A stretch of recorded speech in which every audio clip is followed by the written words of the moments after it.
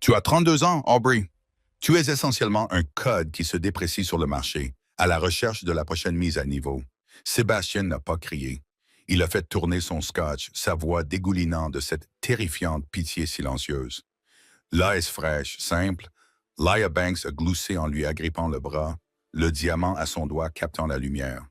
Un diamant qu'Aubrey l'avait aidé à choisir pour sa mère. Pas encore de mari et maintenant plus d'emploi. Sébastien a souri narquoisement, jetant une enveloppe contenant son indemnité de licenciement sur la table en acajou. Accepte cette charité, Aubrey. C'est la seule valeur qui te reste. Il pensait qu'elle allait pleurer. Il pensait qu'elle allait supplier. Il ne vit pas l'homme en costume gris foncé qui les observait depuis l'ombre. Un homme qui était propriétaire du bâtiment même dans lequel il se trouvait. L'air à l'intérieur du Gilded Lily, le lounge rooftop le plus prétentieux de New York, sentait le parfum cher et la trahison. C'était la soirée de célébration de l'introduction en bourse de Thorne Logistics, une soirée pour laquelle Aubrey Langston avait travaillé pendant 5 ans. Elle avait mis en place l'infrastructure back-end, aplani les difficultés réglementaires et avait pratiquement fait passer Sébastien Thorne du statut de fondateur d'une start-up chaotique à celui de magnat de la technologie.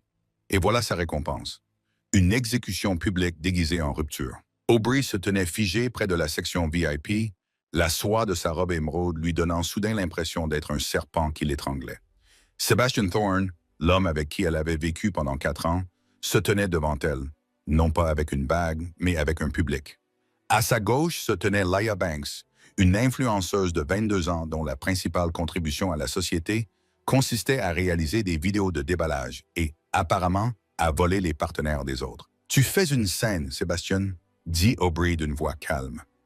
Malgré le tremblement de ses mains, elle refusa de lui offrir les larmes qu'il cherchait clairement à obtenir. « Je constate simplement les faits, Bray », répondit Sébastien, utilisant le surnom qu'il lui avait chuchoté dans l'obscurité quelques nuits auparavant. Il ajusta les revers de sa veste sur mesure. « Regarde-toi. Tu es fatigué. Tu as perdu ton mordant. Thorne Logistics est désormais une entreprise qui pèse $1 milliard. J'ai besoin d'un partenaire qui reflète cette vitalité. Laya représente l'avenir. Toi, eh bien, tu représentes la routine. » Laya fit une moue chirurgicalement perfectionnée. « Ne sois pas méchant, Bash. Elle est sympa. Pour son âge, c'est très vintage. Le cercle des spectateurs, les amis qu'Aubrey avait invités à dîner, les investisseurs qu'elle avait charmés rirent. C'était un rire nerveux, hypocrite, le genre de rire qui suit l'argent sans se soucier de la moralité. Gisele Stone, la soi-disant meilleure amie et colocataire d'Aubrey à l'université, s'avança. Aubrey ressentit une lueur d'espoir. Gisele mettrait fin à tout ça. « Il a raison, Aubrey, » dit Gisele, les yeux froids, en tendant un nouveau verre à Sébastien. « Tu scelles l'esthétique de la marque depuis des mois. C'est embarrassant. » La trahison fut plus dure à encaisser que la rupture. Aubrey regarda Gisele et comprit soudain pourquoi Gisele avait tant insisté pour qu'Aubrey manque les 3 dernières réunions du conseil d'administration. Ce n'était pas pour se reposer. C'était un coup d'État. « La prime de départ, » dit Sébastien en désignant l'enveloppe posée sur la table. « Elle est généreuse. 6 mois de salaire, assez pour te trouver un chat et un joli studio dans le Queens, je ne sais pas. » Aubrey tendit la main et effleura l'enveloppe du bout des doigts. La pièce devint silencieuse. Elle la prit, sentant le poids de sa dignité dans ses mains, puis elle la déchira en 2. Le bruit du papier déchiré était plus fort qu'un cri dans le salon silencieux. Elle le déchira encore et encore, laissant les confettis pleuvoir sur le scotch de Sébastien. « Je ne veux pas de ton argent, Sébastien, » dit Aubrey, sa voix baissant d'une octave et devenant glaciale. « Et je ne veux pas de ta pitié. Tu penses avoir bâti cette entreprise, tu en es le visage. J'étais la colonne vertébrale, et franchement, ta posture a toujours été terrible. » Elle fit demi-tour, ignorant les protestations choquées de Sébastien, et se dirigea vers la sortie. Elle gardait la tête haute, ses talons claquant au rythme de la survie sur le sol en marbre. Elle ne regarda pas en arrière. Elle ne vit pas les regards compatissants, ni les sourires cruels. Elle avait juste besoin d'air. Elle poussa les lourdes portes vitrées pour sortir sur la terrasse, enfin loin du bruit. Elle marcha jusqu'à la balustrade, agrippa le métal froid et regarda la ligne d'horizon de Manhattan. Ce n'est qu'alors qu'elle laissa couler sa première larme. Elle était chaude et pleine de colère. C'était une sortie coûteuse et dramatique. Une voix grave et profonde s'éleva de l'ombre d'un pilier décoratif. Aubrey sursauta et s'essuya instantanément le visage. Le salon est fermé pour des événements privés. Vous ne devriez pas être ici. Un homme entra dans la pénombre. Il était grand, imposant, vêtu d'un costume qui coûtait plus cher que la voiture de Sébastien. Il avait les cheveux foncés, grisonnants sur les tempes, et des yeux qui semblaient disséquer son âme. Asher Vaughan, le célèbre Asher Vaughan, PDG de Vaughan Global, un conglomérat qui avalait des entreprises comme Thor Logistics au petit déjeuner. Il n'était pas censé être là. Il était censé être à Zurich ou à Tokyo, à diriger le monde. « Je suis propriétaire de cet immeuble », dit calmement Asher en s'approchant. Il ne lui tendit pas de mouchoir. Il n'était pas ce genre de cliché. Il lui tendit un briquet, l'ouvrant d'un geste vif pour éclairer l'obscurité, bien qu'aucun d'eux ne fumait. J'ai vu le spectacle à l'intérieur. Déchirer le chèque, c'était brutal, mais efficace. « Il pense que je suis dépassé », dit Aubrey avec un rire amer. Un actif en perte de valeur. « Sebastian Thorne est un enfant qui joue avec une calculatrice », dit Asher en refermant le briquet. « J'ai suivi ses algorithmes logistiques. Ils sont bâclés. Je suppose que vous avez écrit le code original, mais quelqu'un d'autre l'a modifié depuis le 3e trimestre. » Aubrey cligna des yeux, stupéfaite. « Oui, comment le savez-vous? »« Parce que l'efficacité a baissé de 4,2% au cours des 6 derniers mois, » répondit simplement Asher. À peu près au même moment, je suppose qu'il a commencé à optimiser sa vie personnelle avec Mademoiselle Banks. Il la regarda. Il la regarda vraiment. Il ne vit pas une vieille fille de 32 ans. Il vit l'intelligence dans ses yeux, la force dans son caractère. « Vous êtes Aubrey Langston », dit-il. Ce n'était pas une question. Major de votre promotion au MIT spécialisé dans l'automatisation de la chaîne d'approvisionnement. Vous avez écrit en secret le code qui vient de faire de cet idiot un milliardaire. Officiellement, je n'étais que la directrice des opérations, marmonna Aubrey. Je me moquais des titres. Je voulais juste que l'entreprise fonctionne. Et c'est de pourquoi vous êtes actuellement au chômage, dit Asher, sans ménagement. L'humilité est un luxe pour les riches, Melissa Langston. Pour le reste d'entre nous, c'est un handicap. Il fouilla dans sa poche et en sortit une carte de visite noire toute simple. Elle ne comportait aucun logo, juste un numéro et un nom gravé en argent. « Von Horn, je n'embauche pas par charité, » dit Asher en la lui tendant. « Mais j'ai un problème dans ma division Expédition Amérique du Nord. Ma sœur, Winter, licencie les analystes plus vite que je ne peux les embaucher. Si tu réussis son entretien, tu auras le poste. Si vous pleurez comme vous venez de le faire, ne prenez pas la peine d'appeler. » Il se retourna et s'éloigna avant même qu'elle ait pu le remercier. Aubrey fixa la carte. Elle lui semblait plus lourde que le chèque de licenciement. À l'intérieur, la musique s'amplifiait. Sebastian était probablement en train de trinquer à son avenir. Mais debout dans le froid, serrant la carte noire dans sa main, Aubrey réalisa que son avenir venait de passer devant elle. La transition entre partenaires du PDG et chômeuse avait été rapide et brutale. En moins de 24 heures, Sébastien l'avait exclu des serveurs de l'entreprise. Giseli avait bloqué son numéro. Laia avait publié une vidéo TikTok se moquant des ex-sommaires qui avait été vue 3 millions de fois. Aubrey ne l'avait pas regardée. Elle était trop occupée à se préparer à la guerre. Elle passa 3 jours dans son appartement, non pas à se morfondre, mais à étudier. Elle analysa les registres publics de Vaughan Global, leur manifeste d'expédition, leur goulot d'étranglement. Elle savait qu'Asher Vaughan ne lui offrait pas une aide financière. Il lui proposait un test. Le 4e jour, elle entra dans la Vaughan Global Tower. C'était un monolithe de verre et d'acier qui contrastait fortement avec l'ambiance tendance des briques apparentes de Thorne Logistics. C'était de l'argent ancien, un pouvoir sérieux. L'entretien n'était pas avec Asher. C'était avec Winter Grayson, la sœur cadette d'Asher et directrice des opérations. Winter était terrifiante.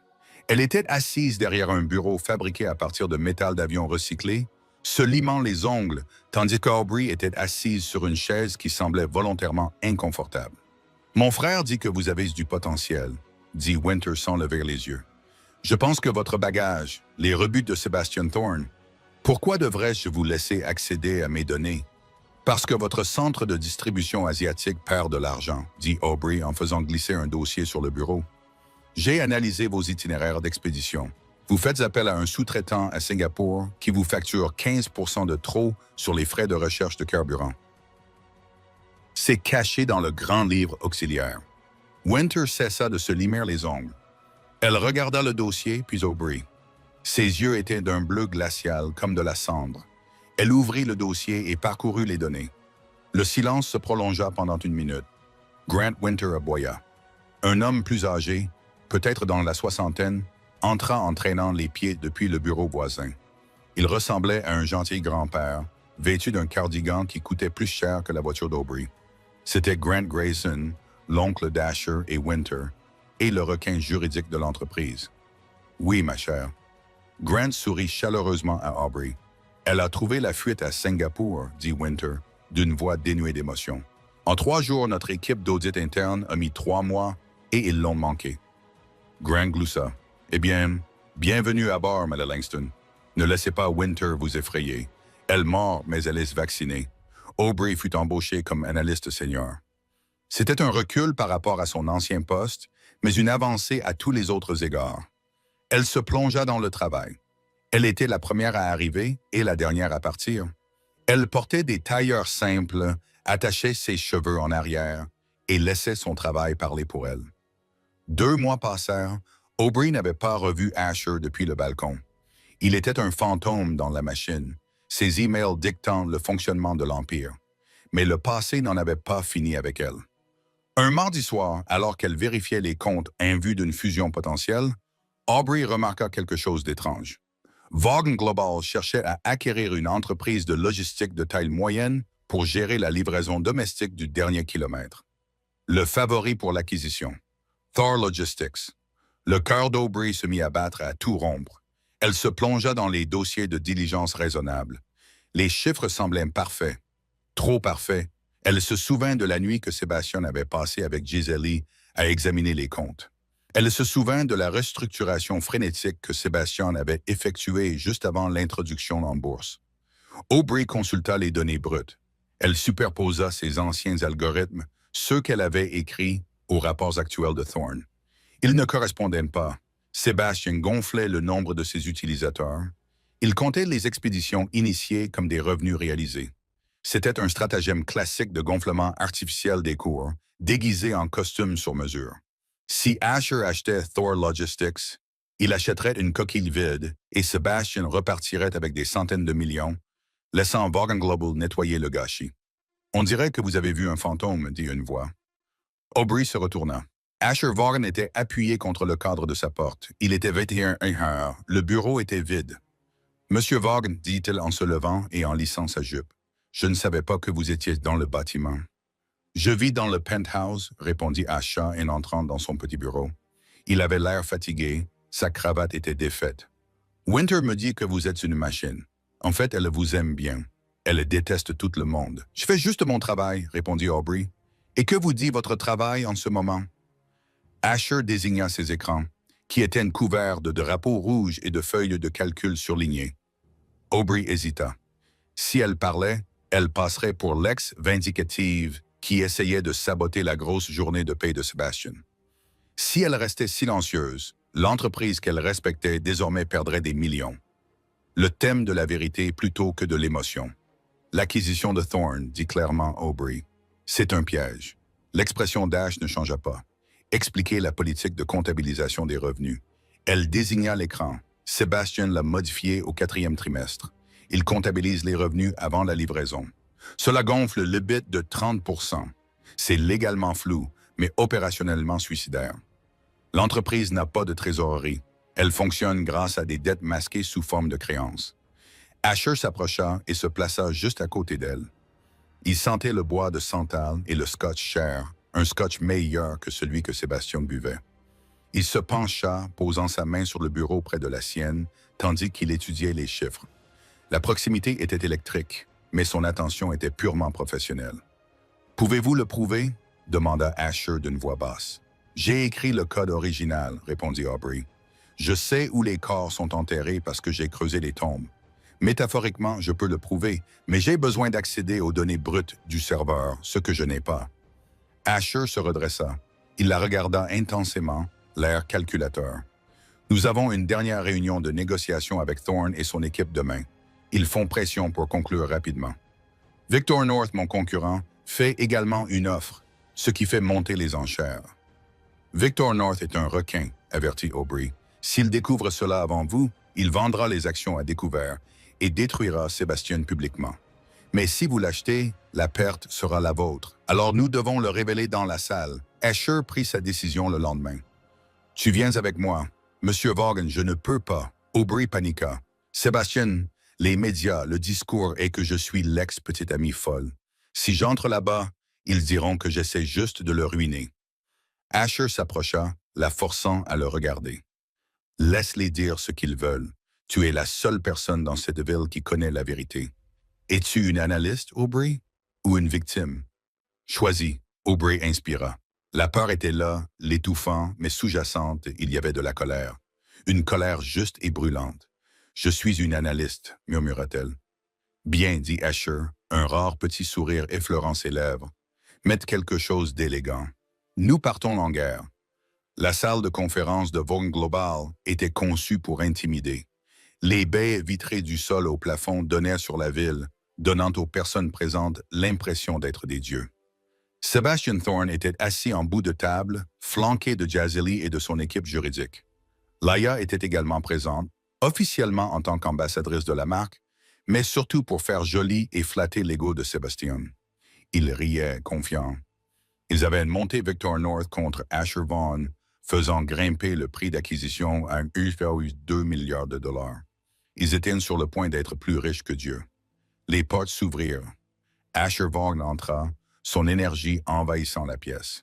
Les conversations cessèrent instantanément. « Messieurs, dit Asher en boutonnant sa veste. Et mesdames, Asher, Sébastien se leva et lui tendit la main. Prêt à signer. North m'appelle toutes les 5 minutes, mais je lui ai dit que je voulais vous donner la priorité. Par courtoisie professionnelle. J'apprécie, dit Asher en ignorant la poignée de main. Il prit place en bout de table. Cependant, mon équipe a quelques questions de dernière minute concernant la fidélité de votre base d'utilisateurs. Sébastien rit avec dédain. Les chiffres parlent d'eux-mêmes. Une croissance à 3 chiffres. C'est ce que vous dites, fit remarquer Asher. Mais je préfère l'entendre de la bouche de mon analyste principal sur ce projet. Asher appuya sur un bouton de l'interphone. Faites-la entrer. La porte latérale s'ouvrit. Aubrey Langston entra. Elle portait un tailleur cramoisi sur mesure qui lui allait comme une armure. Ses cheveux étaient lisses et nets. Elle tenait une tablette contre sa poitrine. Elle ne regardait pas le sol. Elle regardait Sébastien droit dans les yeux. Sébastien pâlit. Gisely laissa tomber son stylo. Laia ouvrit la bouche, formant un O très peu flatteur. Aubrey, bredouilla Sébastien. Qu'est-ce que c'est que ça, Asher? C'est une blague, n'est-ce pas? C'est mon ex-petite amie. C'était une cadre subalterne que nous avons licenciée pour incompétence. Incompétence? Asher haussa un sourcil. C'est drôle. Mon service des ressources humaines la qualifie de prodige. Elle est partiale. Jazely s'écria en se levant. Elle est ici pour saboter l'accord parce qu'elle est amère de ne pas avoir obtenu de bague. Asseyez-vous, Madame Stone. La voix d'Asher claqua comme un coup de fouet. Ou la sécurité vous fera sortir. Jazely s'assit, furieuse. Aubrey, dit Sébastien d'un ton moqueur et condescendant. Chérie, on est dans la cour des grandes ici. Tu n'as rien à faire ici. Va chercher du café avant de te ridiculiser. Aubrey posa la tablette sur la table et la connecta à l'écran principal. Je ne suis pas ici pour le café, Sébastien. Je suis ici pour l'audit. Elle tapota l'écran. Un graphique imposant apparut. Ceci, dit Aubrey d'une voix calme et autoritaire, correspond aux revenus déclarés pour le premier trimestre, et ceci est le registre réel des dépôts en espèces provenant des AP bancaires. La ligne rouge du graphique plongeait en pic. La pièce devint silencieuse. Vous comptez les renouvellements prévus comme des liquidités disponibles, expliqua Aubrey en regardant les investisseurs horrifiés du côté de Sébastien. Vous utilisez la dette future pour couvrir les coûts d'exploitation actuels. C'est une structure de Ponzi, Sébastien. Dès que la croissance du nombre d'utilisateurs ralentit, ne serait-ce que de 2%, tout s'effondre. Elle ment. Sébastien rugit en frappant du poing sur la table. Elle a falsifié les données. Vraiment? Demanda Aubrey froidement. J'ai recoupé les identifiants d'expédition. La moitié de vos gros clients sont des sociétés écrans enregistrées à une boîte postale aux îles Caïman. Une boîte postale est enregistrée au nom de Stone Consulting. Elle regarda Gisele. Gisele pâlit. Asher se pencha en arrière, joignant les doigts. La fraude est un mot fort, Sébastien. Mais la prison fédérale est une expression encore plus forte. Sébastien regarda autour de lui. Ses avocats chuchotaient furieusement entre eux. Il comprit que le piège s'était refermé. « Espèce de salope !» siffla Sébastien à Aubrey. « Je t'ai créé, je t'ai donné une vie. Tu m'as donné un travail, » corrigea Aubrey. « J'ai construit ma vie et maintenant je corrige l'erreur. » Asher se leva. « L'accord est annulé. Et Sébastien, j'envoie ces données à la SECI et à Victor North. J'imagine que Victor ne sera pas aussi poli que moi. »« Tu ne peux pas faire ça. » Sébastien supplia, en sueur. « Asher, écoute. On peut restructurer. Ne l'écoute pas, elle n'est personne. » Asher contourna la table et se plaça à côté d'Aubrey. Il posa une main dans le creux de son dos, un geste protecteur qui provoqua une onde de choc dans la pièce. « C'est la personne la plus compétente dans cette pièce, » dit Asher d'une voix glaciale. « Et c'est elle qui sera la future directrice financière de cette division.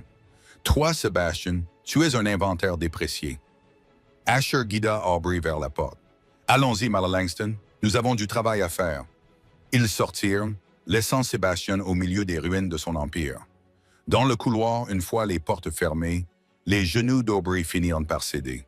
Elle trébucha, mais Asher la rattrapa.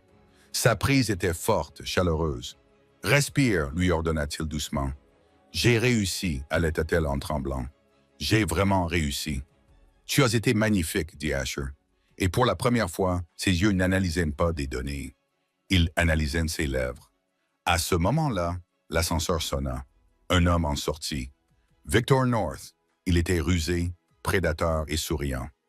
Vaughn. Victor hocha la tête. J'ai entendu dire que l'accord était mort. Dommage. J'avais hâte de démolir Thor. Il regarda Aubrey, ses yeux s'attardant sur elle. Et qui est l'arme de destruction massive? Elle est avec moi, dit Asher, son ton passant à une pure agressivité territoriale. Victor ricana. Pour l'instant, Asher. Pour l'instant. La main d'Asher se resserra sur le bras d'Aubrey. Les retombées du massacre de la salle du conseil, comme l'ont surnommé les blogs financiers, furent immédiates et catastrophiques pour Thor Logistics.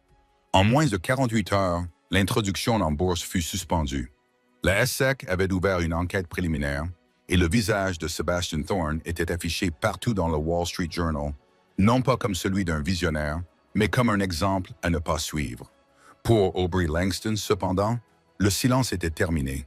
Elle était assise dans son nouveau bureau, une suite d'angles au 45e étage de Vaughn Global, surplombant la ville qui lui avait semblé être une prison quelques semaines auparavant. Le titre sur la porte indiquait « Directrice de la stratégie, division logistique ». Ce n'était pas une aumône, c'était une promotion sur le champ de bataille. « Tu es encore en train de contempler la vue », dit Winter Grayson, appuyé contre la porte vitrée, en sirotant un espresso qui semblait plus sombre que son âme. « Ce n'est pas efficace.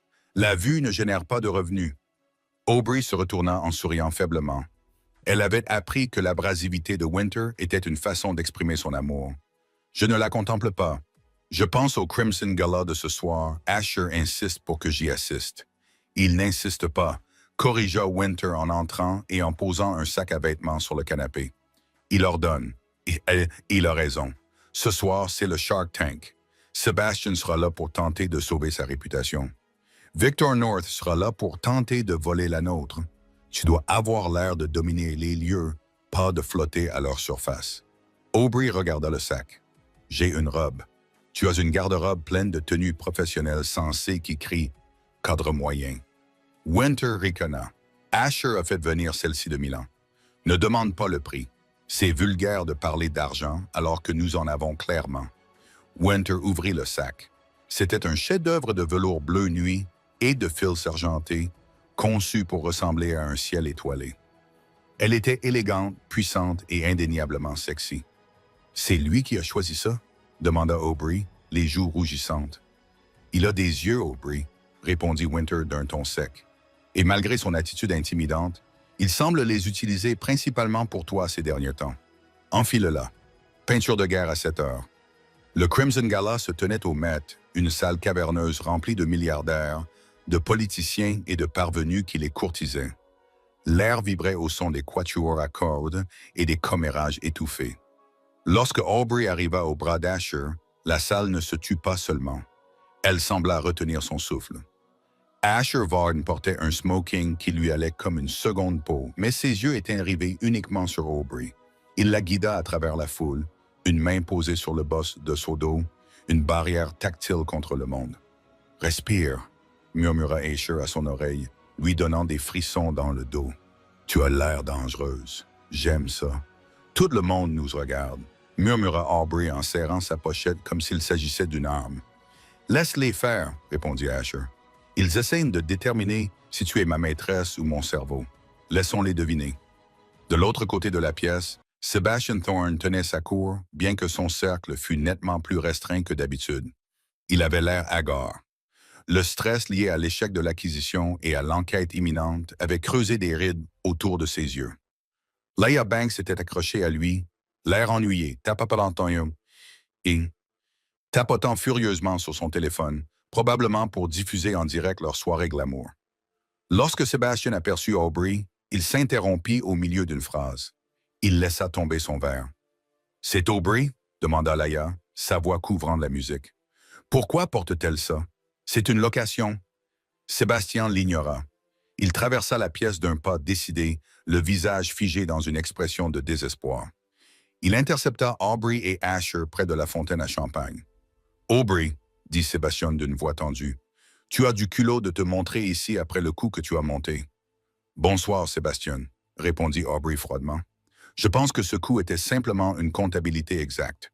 Tu devrais essayer ça un jour. »« Tu m'as ruiné, » siffla Sébastien en se penchant vers elle, ignorant l'expression sombre d'Ash. « La SEC me colle au basque. Les investisseurs se retirent.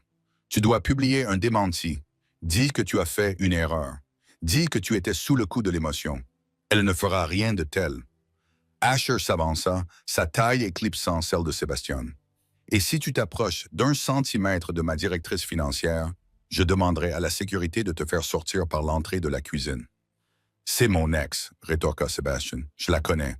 Elle est douce. Elle n'a pas le courage nécessaire pour ça, Asher. C'est une programmeuse, pas une joueuse. » Il tourna les yeux vers Aubrey, essayant de faire appel à son ancien charme. « Bray, allez, on formait une équipe. Ne le laisse pas t'utiliser pour me détruire. Reviens chez Thorne Logistics. Je t'augmenterai. Je te nommerai même associé, pour de vrai cette fois. » C'était un appel désespéré et pathétique. Aubrey regarda l'homme à qui elle avait gâché 4 ans de sa vie. Elle vit la sueur sur son front, la peur dans ses yeux. Elle ne ressentit rien d'autre qu'une pitié distante et clinique. « Je suis associé, Sébastien, » dit Aubrey doucement, « chez Vaughan Global. Et contrairement à toi, Asher n'a pas besoin de moi pour réparer ses erreurs. Il a besoin de moi pour construire son avenir. » Elle ment. Laya intervint, s'avançant et regardant Aubrey de haut en bas avec dédain.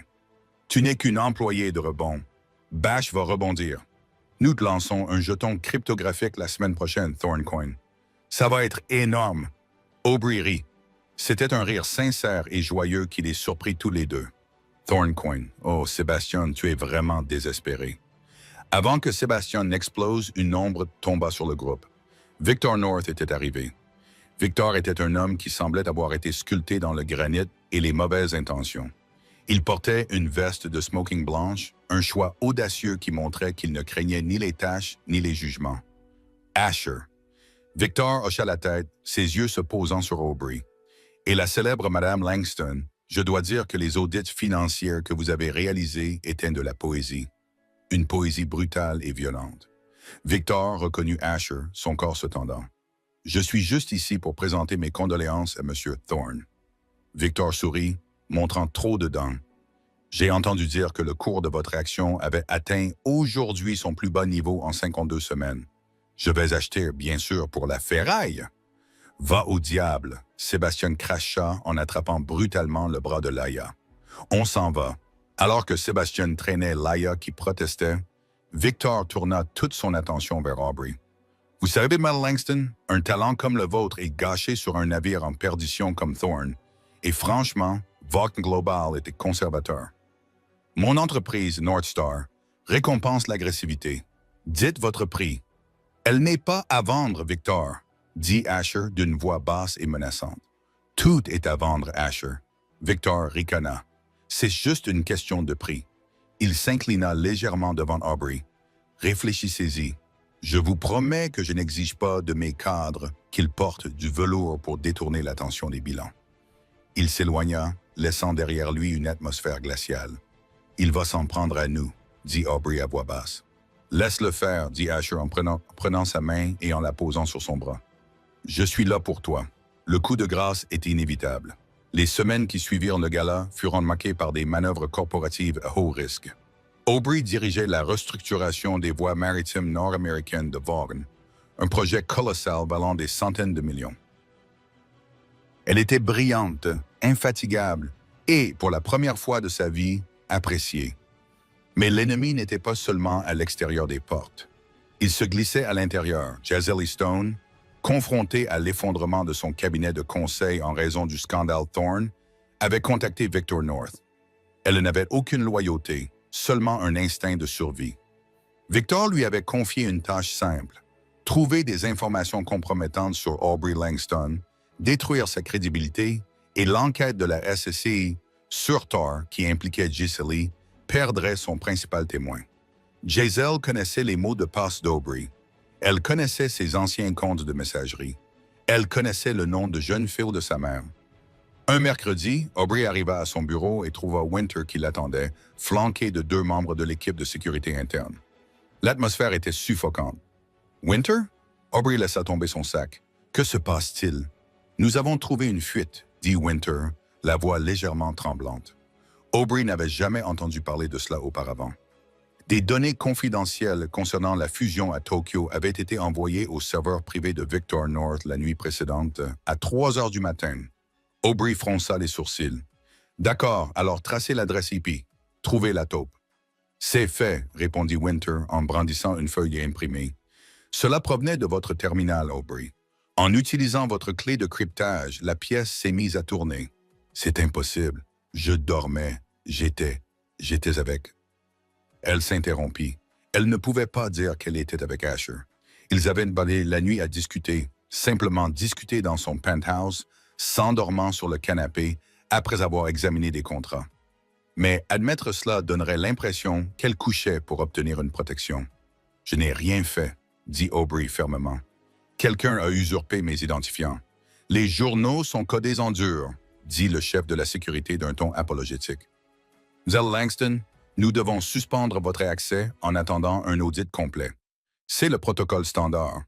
Vous pensez que je suis une traîtresse? » Aubrey regarda Winter. « Trahi. Je pense que vous êtes intelligent, » dit Winter, le regard dur. « Assez intelligent pour jouer sur les 2 tableaux.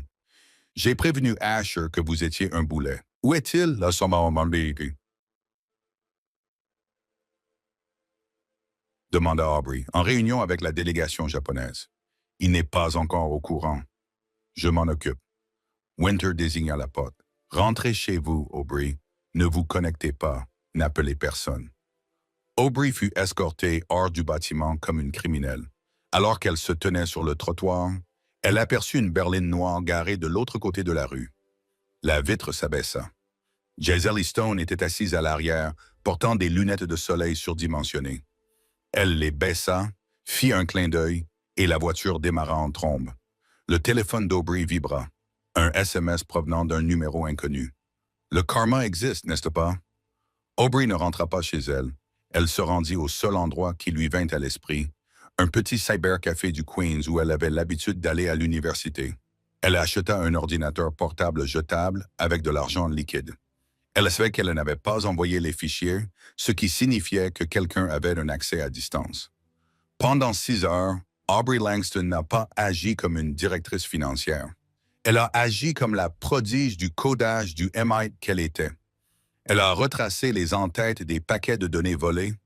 Elle a contourné le pare-feu de Vaughan Global, Un exploit qui aurait dû être impossible pour accéder aux journaux bruts du serveur. Elle a trouvé l'anomalie. Les données n'avaient pas été envoyées depuis son terminal. Elles avaient été acheminées via son terminal depuis une source externe, une source utilisant une clé de porte dérobée héritée, une clé qui appartenait à Tor Logistics. Sebastian et Jazeli avaient utilisé un ancien lien de serveur partagé qu'elle avait mis en place il y a des années pour un projet commun, un lien qu'elle avait oublié de couper dans le chaos de la rupture. Ils l'avaient piégée. Elle était sur le point de sauvegarder les preuves lorsque son écran est devenu noir. Un message est apparu en lettres vertes. « Bien essayé, Matt Langston, mais c'est nous qui contrôlons le réseau maintenant. » Viens à Victor North. Il travaillait avec Sébastien. Ce n'était pas seulement une vengeance. C'était une prise de contrôle hostile. Aubrey a claqué le couvercle de son ordinateur portable. Elle avait besoin d'Asher, mais elle ne pouvait pas l'appeler. Son téléphone était probablement compromis lui aussi. Elle a couru sous la pluie et a hélé un taxi. Vaughan Tower, vite. Quand elle arriva, le hall était en proie au chaos. Les agents de sécurité tentèrent de l'arrêter. « Je dois voir le PDG !» cria Aubrey, trempé et affolé. « Mademoiselle Langston, vous êtes interdite d'accès à ces lieux !» cria le garde en l'attrapant par le bras. « Lâchez-la !» La voix résonna dans le hall en marbre. Asher se tenait en haut des escaliers roulants. Il avait l'air furieux, non pas contre elle, mais contre le monde entier. Il descendit les marches deux par deux. « Asher, ils m'ont piégé !» a pleuré Aubrey, ignorant les employés qui montaient les escaliers. « C'était un héritage !»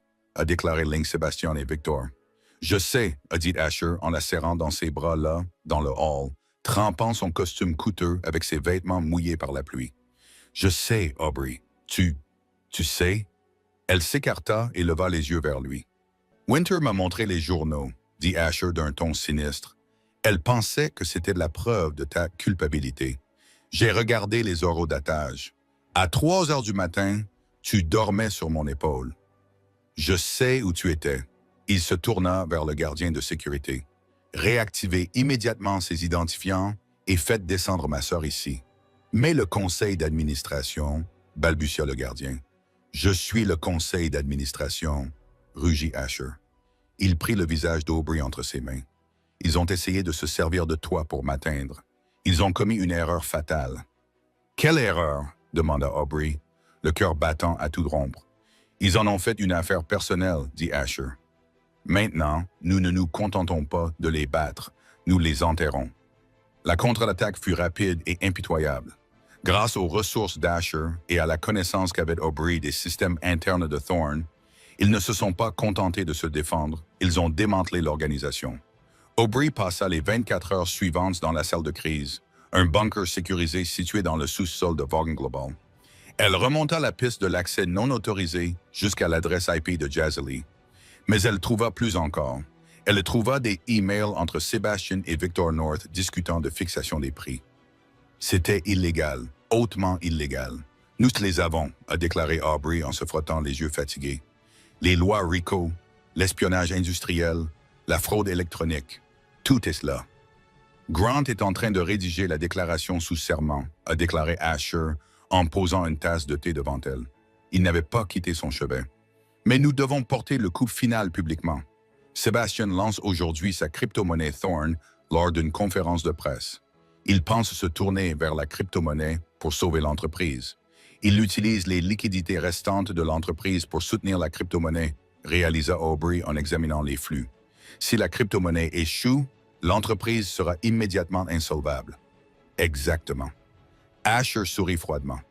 Et qui mieux que toi pour expliquer la volatilité du marché? La conférence de presse de Thorn Logistics se tint dans un entrepôt loué à Brooklyn, décoré pour donner une impression de rudesse et d'avant-gardisme technologique. Sebastian se tenait sur scène, vêtu d'un col roulé noir, imitant Steve Jobs, mais transpirant comme un pêcheur à l'église. Laia se tenait à ses côtés, arborant un T-shirt avec le logo de la crypto-monnaie. « Thorn Coin, c'est l'avenir !» a crié Sebastian à une foule d'influenceurs payés et de journalistes sceptiques. Elle est soutenue par la solide infrastructure de Thorn Logistics. En réalité, une voix amplifiée par un microphone a retenti dans la salle. Elle est soutenue par des dettes et des algorithmes volés. L'écran géant derrière Sebastian clignotait. Le logo Thorn Coin disparut, remplacé par une retransmission en direct d'Aubrey Langston, assis dans la salle de crise de Vaughan. « Aubrey !» Sébastien hurla. « Coupez la retransmission, coupez-la !»« Vous ne pouvez pas couper la vérité, Sébastien !» dit calmement Aubrey depuis l'écran. « Je viens de télécharger le bilan en temps réel de Thorne Logistics sur la blockchain publique. Tous les investisseurs peuvent le voir. Vous avez 4 000 $ d'actifs liquides et 400 millions de dollars de dettes. » La salle s'embrasa. Les journalistes vérifièrent leur téléphone. Le cours de l'action Thorne Logistics, visible sur les écrans latéraux, commença à chuter. « C'est un mensonge !» hurla Jazeli depuis le premier rang. « Elle nous a piratés !» Et voici, poursuivit Aubrey sans relâche, l'enregistrement d'un appel entre Jazeli Stone et Victor North datant d'il y a 2 jours. L'enregistrement audio fut diffusé. Il suffit de placer le fichier sur l'ordinateur de Langston. Une fois qu'elle sera discréditée, Sébastien pourra liquider le fonds de pension avant que la SEC ne le gèle. Jazelle se figea. La foule se retourna contre elle. Les flashs crépitaient comme des couteaux de feu. « Victor North a essayé d'acheter un cadavre », déclara Aubrey. « Et Sébastien Thorne a essayé de vous vendre un fantôme. » Sur scène, Sébastien semblait petit. Son apparence confiante s'est effondrée. Il a cherché du soutien auprès de Laia, mais celle-ci s'éloignait déjà, tapant sur son téléphone, probablement une déclaration de rupture. « C'est fini, Sébastien, » dit Aubrey doucement. Le ministère de la Justice attend à la sortie arrière. Comme si c'était prévu, les portes s'ouvrirent. Des agents fédéraux en coupe-vent envahirent la pièce. La transmission fut coupée. De retour dans la salle de crise, le silence s'est installé. C'était fini. Le dragon était terrassé. Aubrey s'est affalée sur sa chaise, l'adrénaline retombant. Elle a senti une main sur son épaule. « Tu es terrifiante », a dit Winter, debout dans l'embrasure de la porte. « Je n'ai jamais été aussi attiré par les compétences d'un collègue de toute ma vie. » Aubrey rit faiblement. Est-ce un compliment de sa part? C'est une demande en mariage, plaisanta Asher en s'approchant. « Winter, laisse-nous 1 minute. » Winter acquiesça, un rare regard de respect sur le visage et ferma la porte. Asher approcha une chaise près d'Aubrey. « C'est fini. » Victor North prend déjà ses distances, affirmant qu'il a été induit en erreur par Jazeli. Il ne nous touchera pas avant longtemps. « Et Sébastien, demanda Aubrey, est en détention provisoire. Bell se verra refuser la liberté sous caution étant donné le risque de fuite vers les îles Caïman que vous avez découvert, dit Asher. Il tendit la main et écarta une mèche de cheveux de son visage. « Vous avez sauvé l'entreprise, répéta Aubrey. « J'ai juste réparé mes erreurs, murmura-t-elle. « Non, dit Asher fermement. Vous avez revendiqué votre valeur. Vous n'êtes pas un code déprécié, Aubrey. Vous êtes le code source.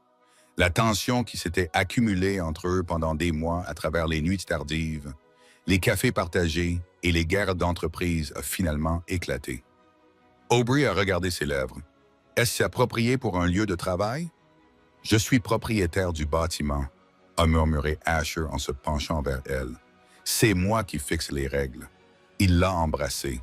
Ce n'était pas hésitant. C'était une fusion entre égaux. C'était passionné, exigeant et plein de promesses qui allaient bien au-delà des affaires. Aubrey se fondit en lui, abandonnant enfin l'armure qu'elle portait depuis si longtemps.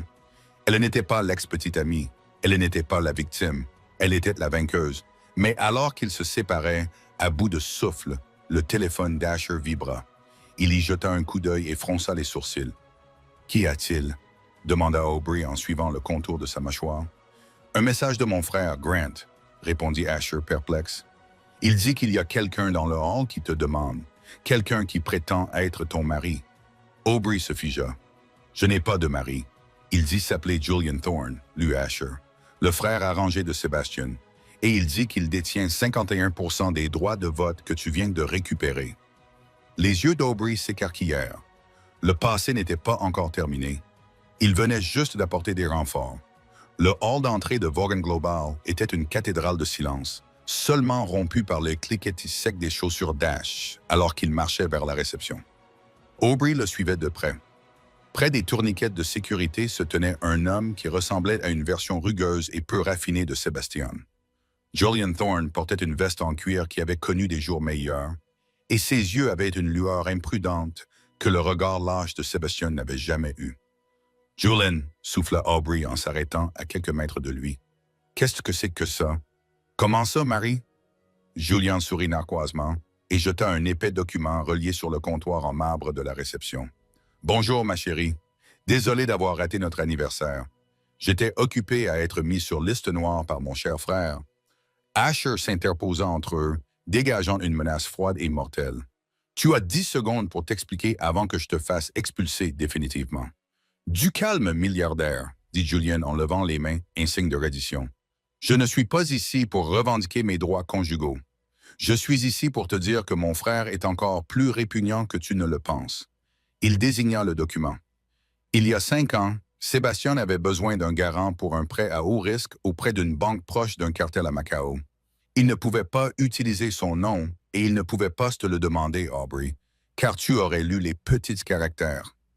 Aubrey passa devant Asher et saisit le document. Ses mains tremblaient tandis qu'elle le feuilletait. C'était un certificat de mariage datant d'il y a 5 ans. Las Vegas, signé par Aubrey Langston et Julian Thorne. « Je n'ai jamais signé ça », murmura Aubrey, horrifié. « J'étais à Boston ce week-end-là, à une conférence sur la chaîne d'approvisionnement. »« Je sais, » dit Julien, « et j'étais en cure de désintoxication. Sébastien a falsifié nos 2 signatures. Il a utilisé mon identité parce que j'étais le mouton noir. Si le prêt tournait mal, les agents de recouvrement viendraient me chercher, pas lui, et il t'a inscrite comme épouse pour attacher ta cote de crédit au prêt. C'est de la fraude, Grant, dit Grayson, apparaissant discrètement derrière eux, ajustant ses lunettes. Une fraude criminelle classique. Et ce n'est pas tout, dit Julian, le visage assombri. Ce prêt n'était pas destiné à l'entreprise. Il servait à rembourser une dette de jeu qu'il avait contractée en pariant contre sa propre start-up. Il a parié contre toi, Aubrey. Il a parié que tu échouerais. Aubrey sentit l'air quitter ses poumons. La trahison n'était pas seulement professionnelle, elle était fondamentale. Sébastien ne l'avait pas seulement utilisée. Il avait parié sur sa destruction dès le premier jour. « Pourquoi es-tu ici maintenant ?» demanda Asher, la voix basse, la main posée de manière protectrice sur l'épaule d'Aubrey. « Parce que le prêt arrive à échéance, » dit Julien d'un ton sinistre. Et comme Sébastien est en détention fédérale, la banque, et par banque j'entends de la triade, recherche les proches parents. C'est nous, Aubrey. Nous leur devons 20 millions de dollars, sinon ils vont commencer à casser des jambes. Je vais payer, dit Asher instantanément. Grant, transfère les fonds.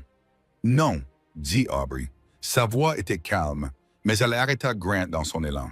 Aubrey, dit Asher en se tournant vers elle, les yeux suppliants. C'est dangereux.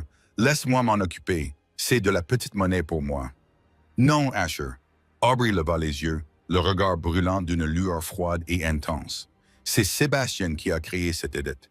C'est Sébastien qui a forgé ce lien. Si tu payes, il gagne. Il contrôle toujours ma vie. Elle se tourna vers Julian. Tu as dit que tu détenais 51% des droits de vote de Thorne Logistics. C'est vrai. Julian acquiesça. J'ai volé les certificats d'action physique dans son coffre-fort pendant que les fédéraux faisaient une descente dans son bureau. Je me suis dit que c'était mon héritage. Donne-les-moi, ordonna Aubrey. Transfère-moi les droits de vote. Je vais dissoudre Thorne Logistics. Je vais liquider chaque chaise, chaque serveur, chaque trombone.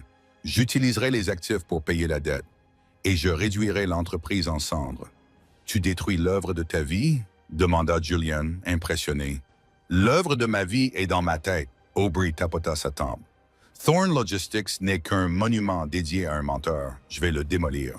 Asher la regarda et la fierté sur son visage était aveuglante. « C'est ma fille », murmura-t-il. La liquidation de Thorne Logistics n'était pas un enterrement. C'était un exorcisme. Aubrey travailla avec une cruauté qui terrifia Wall Street. Elle vendit les listes de clients à des concurrents, à l'exception des fraudeurs. Elle vendit le bail du bureau. Elle vendit la propriété intellectuelle de la marque. Mais Victor North n'en avait pas fini. Sentant le sang dans l'eau, Victor a déposé une injonction d'urgence, affirmant qu'en tant qu'acheteur potentiel de la dette, il avait des droits sur les actifs.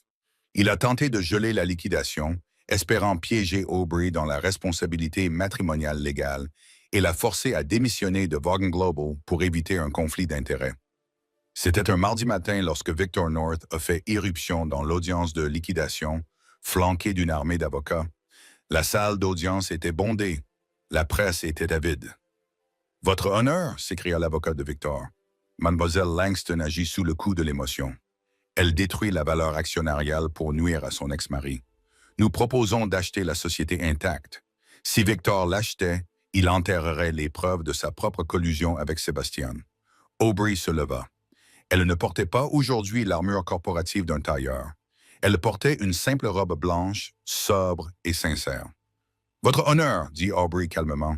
Monsieur North prétend vouloir préserver la valeur, mais j'ai ici une déposition de Julian Thorne, admise comme preuve ce matin, confirmant que le mariage qui me lie à cette dette est un faux. » Elle brandit le document. Cependant, Aubrey poursuivit en se tournant vers Victor North pour le regarder dans les yeux. « Je ne demande pas l'annulation aujourd'hui. J'accepte la responsabilité. » La salle retint son souffle. Asher, assis au premier rang, se raidit. « J'accepte le rôle de PDG par intérim de Thorne Logistics pendant exactement 1 heure, » déclara Aubrey. « Et pendant cette heure, j'ai autorisé la divulgation publique de tous les registres de communication interne concernant la tentative d'acquisition de North Star dans un souci de transparence. » Le visage de Victor North devint gris. « Vous ne pouvez pas faire ça. C'est confidentiel. » « Ce n'est pas confidentiel si le PDG l'autorise. » Aubrey sourit froidement. « Et comme je suis l'épouse du propriétaire et que je détiens la majorité des droits de vote, je viens de le faire. » Les téléphones dans la salle d'audience se mirent à vibrer. Les emails avaient été divulgués. Des emails montrant Victor North en train de soudoyer Giselle. Des emails montrant Victor en train de discuter de la manière de vendre à découvert les actions de Vaughan Global en utilisant des informations privilégiées. L'audience est levée. Le juge frappa son marteau alors que le chaos éclatait. Victor North se retourna pour s'enfuir, mais il fut bloqué par un mur de journalistes. Sa réputation a été détruite en quelques secondes. Aubrey a quitté la salle d'audience en empruntant l'allée centrale. Elle n'a regardé ni à gauche ni à droite. Elle s'est dirigée directement vers Asher Vaughn. « C'est fait ?» a demandé Asher en lui prenant de la main. « L'entreprise n'existe plus », a répondu Aubrey, sentant un poids qu'elle ne savait pas porter depuis 5 ans s'envoler de son âme. La dette est remboursée grâce à la liquidation. Sébastien est en faillite. Julian est innocenté. Et je suis à nouveau au chômage. Pas vraiment. Asher sourit, la serrant contre lui, sans se soucier des caméras. Je crois que tu occupes toujours le poste de directrice de la stratégie. Et j'aimerais te parler d'un autre poste. Il la conduisit hors du tribunal, loin du bruit, vers le calme de sa voiture qui les attendait. « Où allons-nous » demanda Aubrey. « À l'aéroport » répondit Asher. « Nous allons à Las Vegas. » Aubrey rit. Un son de pure liberté. « À Las Vegas pour jouer ?»« Non » répondit Asher, le regard sérieux et tendre. « Vers un autre mensonge et pour commencer une vérité 6 mois plus tard. Le mariage n'a pas eu lieu à Las Vegas. Il a eu lieu sur une île privée en Méditerranée. Un endroit si isolé que même un drone ne pouvait le repérer. Il n'y avait pas d'influenceurs, pas de promoteurs de Thorncoin, pas de presse, seulement les personnes qui comptaient. Winter Grayson était demoiselle d'honneur, vêtue d'un costume car elle refusait de porter une robe. Cela compromet ma mobilité tactique, avait-elle argué. Julian Thorne était là, tiré à 4 épingles, travaillant actuellement comme chef de la sécurité physique de Vaughan, un poste où son caractère bien trempé était un atout, et non un handicap. Et Sébastien purgeait actuellement la première année d'une peine de 20 ans pour fraude, détournement de fonds et falsification. Selon la rumeur, son compagnon de cellule était un homme très corpulent qui avait perdu de l'argent avec les Thorncoin. Aubrey se tenait devant l'hôtel, la brise océane soulevant son voile. Elle portait une robe qu'Asher avait dessinée avec elle. Classique, intemporelle et structurée. Asher Vaughn attendait. L'homme qui possédait des navires, des gratte-ciels et des centres de données semblait être celui à qui le monde avait été donné. Quand Aubrey l'a rejoint, il n'a pas attendu le prêtre. Il lui a pris les mains. « Tu m'as dit un jour que tu dépréciais le code » a dit Asher, la voix chargée d'émotion, assez fort pour que les quelques invités puissent l'entendre. « Tu avais tort. Tu es l'algorithme qui donne un sens à mon monde. Tu es la logique et la beauté. Tu es les seuls partenaires dont j'aurais jamais besoin. » Aubrey serra ses mains, les larmes lui piquant les yeux. Ce n'étaient pas des larmes de tristesse, mais de gratitude débordante pour la femme qu'elle s'était battue pour devenir. « Je n'avais pas besoin d'un mari pour me sauver, » dit Aubrey doucement. « Je devais d'abord me sauver moi-même. » Mais je suis très heureuse de t'avoir trouvé dans l'obscurité. Je vous déclare. Le prêtre sourit, laissant de côté les formalités. Partenaire pour la vie. Vous pouvez vous embrasser. Ce baiser, c'est là un contrat qu'aucun avocat ne pourrait rompre. Plus tard, lors de la réception, sous le dais des étoiles réelles, Aubrey était assise, regardant l'océan. Son téléphone vibra. Elle n'avait pas consulté les réseaux sociaux depuis des mois, mais la curiosité l'emporta. Une vidéo faisait le buzz. C'était un clip de Laya Banks en train de pleurer dans une pièce faiblement éclairée, vendant ses sacs à main de créateur pour payer son loyer. La légende disait « Jack Karma ». Aubrey n'aimait pas ça. Elle n'a pas fait de commentaire. Elle a simplement éteint son téléphone et l'a tendu à Asher. « Tout va bien ?» lui a-t-il demandé en lui tendant une coupe de champagne. « Parfaitement », a souri Aubrey. « Je viens de régler la dernière note. » Asher leva son verre. « À l'avenir !»« À l'avenir », répéta Aubrey. Elle regarda sa main. Il n'y avait pas de grosses pierres voyantes comme celles que Sébastien avait forcé Laya à porter. Il y avait une bague élégante et raffinée en platine rare, incrustée de diamants, formant un code binaire. Traduit, cela signifiait « égal ». Aubrey Langston avait perdu un garçon qui la traitait comme un accessoire. Et grâce à ses propres compétences, elle s'était forgé une vie avec un homme qui la traitait comme une reine. Elle but une gorgée de champagne, posa sa tête sur l'épaule de son mari milliardaire et se reposa enfin véritablement. Cette histoire n'est pas seulement une histoire de vengeance. C'est une histoire de reconquête de l'estime de soi. Aubrey Langston n'a pas attendu un sauveur.